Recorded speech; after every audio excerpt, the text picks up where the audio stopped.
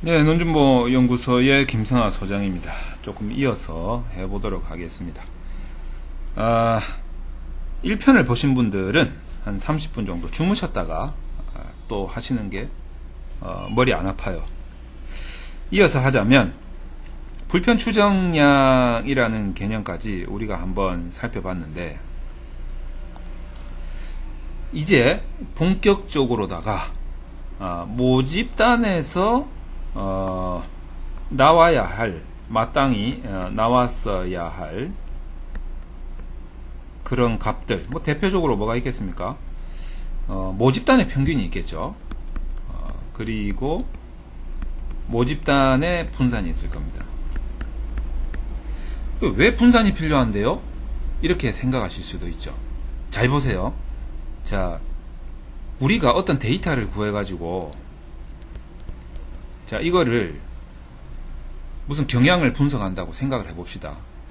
뭐 꼭 그런 건 아니지만, 이건 이제 제가 어떤 그 숫자에 약한 사람들한테 설명을 드리는 방식이기 때문에, 이 강좌를 보시는 수학 잘하시는 분들, 수학 잘하는 공대생들, 통계학과 학생들, 그리고 전공자는 아니더라도 숫자에 강하신 분들은 에이 뭐 웃기는 소리 하고 있네, 이렇게 비판을 좀 멈춰 주시기 바랍니다. 왜냐하면 이 강좌는 슈퍼에 가서 1,000원 주고 950원짜리를 샀을 때 잔돈을 잘 못 받으시는 분들을 위한 강좌예요. 자, 그렇기 때문에 숫자에 약하신 분들을 위해서 논문 쓰는데 도움이 되시라고 만든 강좌이기 때문에, 잘 아시는 분들도 조금 흥분을 자제해 주시고 그냥 듣지 마세요. 잘 아시는 분들은. 자, 우리가 이제 통계를 하기 위해서 데이터를 가져왔어요. 그러면 이 데이터를 가지고 무슨 분석을 해야 될 거 아니야. 근데 여러분이 직접 할 거예요? 아니잖아요. 그러니까 소프트웨어 넣었잖아요. 소프트웨어 넣었어요. 그럼 이 소프트웨어 누가 만드는데? 예? 하늘에서 뚝 떨어졌나? 아니지. 프로그래머들이 만들었죠. 프로그래머들이 만들었어요. 이 프로그래머들은 통계적인 지식이 어마어마하게 뛰어날까요? 그렇지만은 않아요. 여기 더하기 어떤 수학자나 또는 통계학자들이 붙겠죠. 예, 붙어가지고 이 사람들한테 자문을 해주겠죠. 자, 이런 계산은 이렇게 좀 나올 수 있도록, 자동으로 좀 나올 수 있도록 좀 프로그램 좀 짜주세요 하니까, 이 사람들이 뭐시라고? 이렇게 좀 해달라니까? 무슨 말인지 모르겠는데? 하다가 이렇게 좀 하라니까, 이렇게 하다가 이제 뭐 엎치락 뒤치락 하다가 이제 나온 게 이 소프트웨어예요. 그러니까 이 소프트웨어가 굉장히 편리하죠. 근데 이 소프트웨어가 에러도 많다는 거죠. 그래서 소프트웨어라고 해서 뭐 만능이다 이런 건 아니에요. 그러니까 소프트웨어들마다 각각 단점도 있고 장점도 있고 그래요.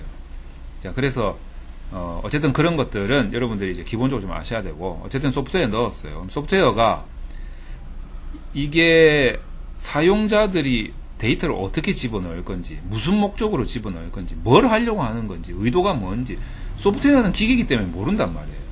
그러니까 이 데이터를 입력한 사용자, 여러분 같은 사람, 사용자가 어떻게 입력을 하는가에 따라서 그 경우의 수를 프로그래밍으로 만들어 놓은 거죠. 자, 그래서 이 소프트웨어는 이 사람들이 어떤 분석을 하기 위해서 데이터를 집어넣고 뭘 돌릴 때 기본적으로 소프트웨어가 준비를 해 놓는 게 있습니다. 뭘 준비해 놓냐면 이 데이터들의 중심이 어디일까? 대표 값이 뭘까?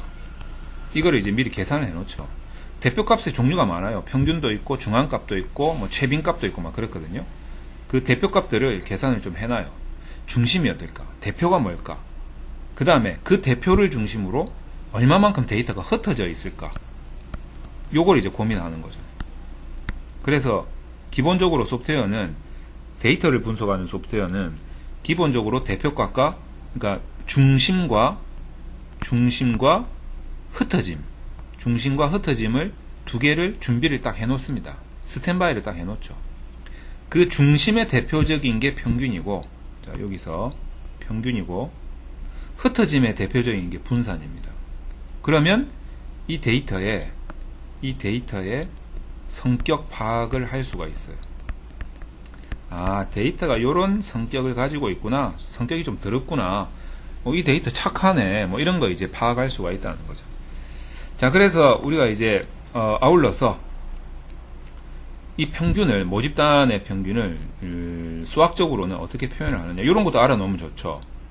뮤라고 이렇게 사용을 합니다. 그리고 이렇게 쓰고 뮤라고 읽죠. 뮤직 할 때 뮤. 그 다음에 분사는 시그마, 약간 삼각형 찌그러진 거, 시그마 제곱, 요렇게도 쓰고, 또는 요렇게도 쓰고, 또는 어떤 사람은 진짜 요렇게도 쓰고 막 이래요.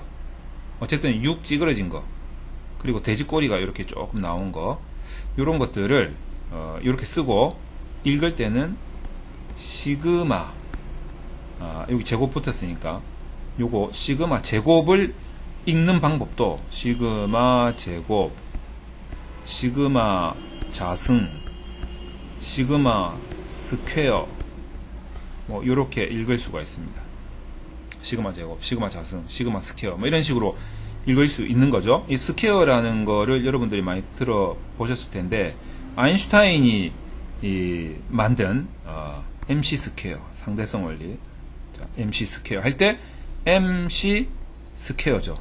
그 다음에 우리가 통계 분석할 때 카이, 여기 x가 아닙니다. 카이입니다. 카이 제곱, 카이 자승, 카이 스퀘어, 이렇게 많이 읽죠.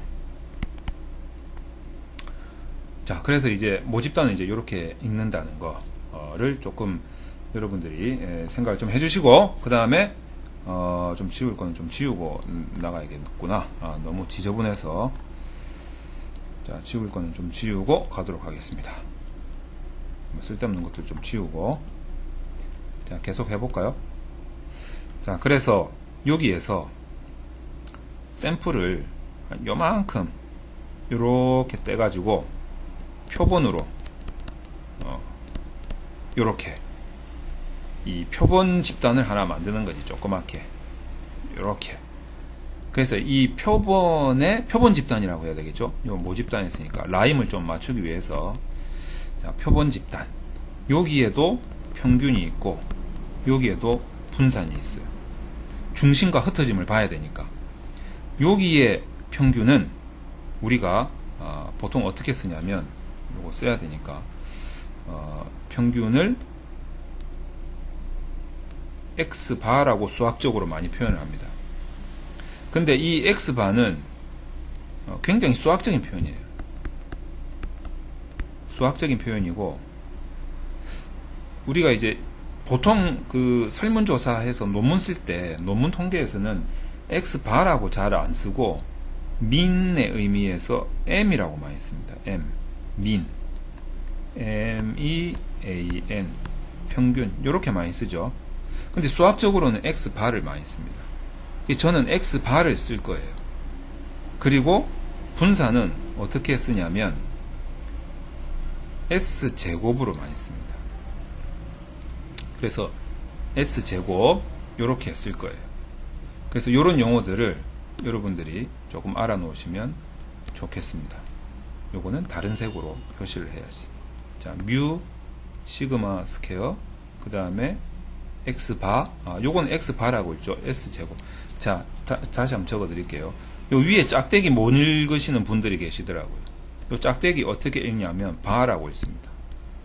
그래서 X바라고 읽죠. X바. 뭐다? 이게 뭐다? 평균이다 이 말이죠. 평균. 자, 평균입니다. 이 평균의 단어가 민이에요. 민.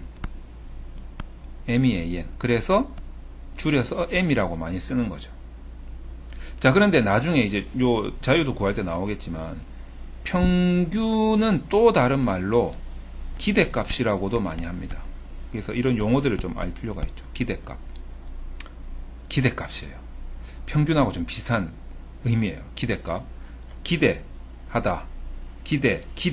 명사형. 기대의 명사형. 영어로 뭘까요? expectation이죠. expectation. 자, expectation. 그래서 기대값을 요 첫 글자 e를 따서 e라고 합니다. e. 자, 요렇게 요거 많이 쓰입니다. 이제 자유도 구할 때 이게 막 나올 거예요. 자, 그래서 이제 이런 용어를 조금 알아놓을 필요가 있겠다.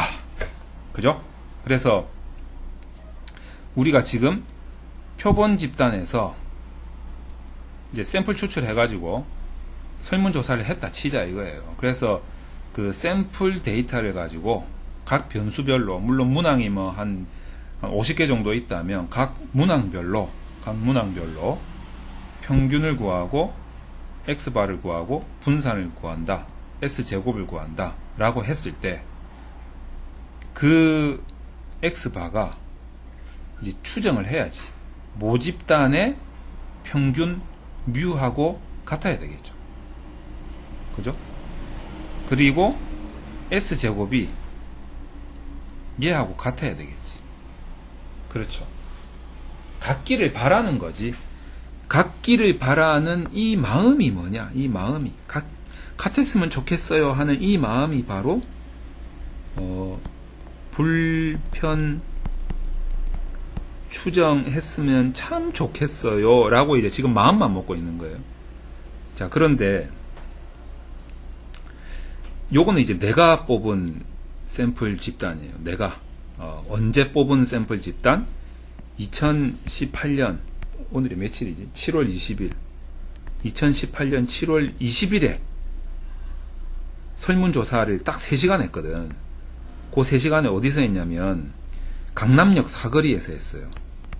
강남역 사거리에서 딱 그때 추출한 샘플 200명에 대한 거다 라고 했다면, 만약에 이 샘플을 한 번 더 합시다 라고 해가지고 내일 또 하고 모레 또 하고 글피 또 하고 샘플을 계속 추출한다고 해봅시다. 그러면 이런 경우도 생기겠죠. 그저께 설문조사 했던 사람이 오늘 강남역 또 와가지고 지나가다가 또 한 거야.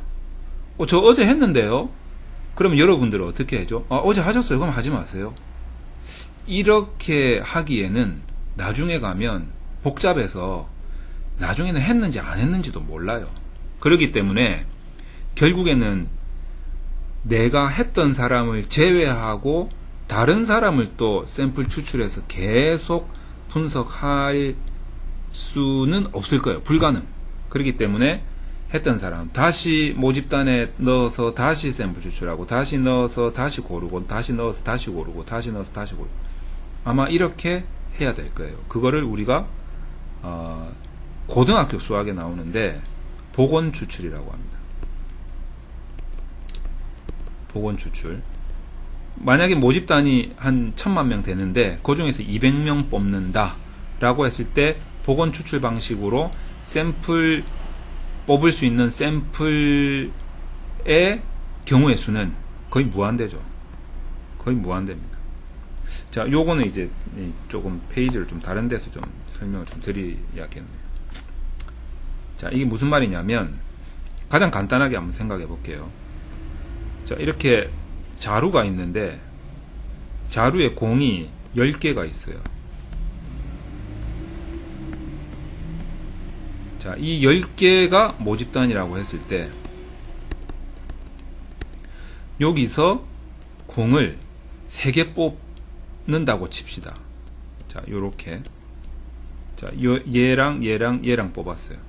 그리고 얘를 다시 집어넣어요. 또 뽑아. 그러면 얘가 뽑힐 수도 있겠죠.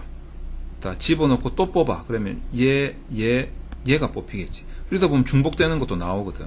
이렇게 넣고 빼고 하다 보면, 이거 이제 우리가 그 수학에서는 콤비네이션이라고 하는데, 하여튼 뭐 그런 게 있어요. 이 경우의 수를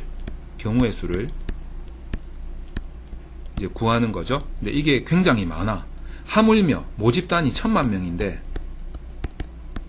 200명 뽑는 경우의 수는 어마어마하게 많을 거 아닙니까? 그러니까 그 경우의 수가 상당히 많아요. 이제 그렇게 넣었다 빼고 하는 거를 복원 추출, 거의 무한 추출이라고 볼 수 있는 거죠. 복원 추출, 거의 무한 추출이다, 이렇게 볼 수 있습니다. 이것도 15분 넘어가겠는데, 자, 여기까지 추출 방식에 대해서만 잠깐 설명을 하고 끊고 또 다음 편으로 넘어가도록 하겠습니다. 이 자유도 n-1 설명하려다가 별거 다 설명하네. 어차피 뭐 공부라는 게 뭐 끝도 한도 없으니 자유도를 설명을 하면서 뭐 제가 이것저것 설명드릴 수 있는 거는 다 설명드리도록 하겠습니다. 잠깐 쉬었다가 하실까요?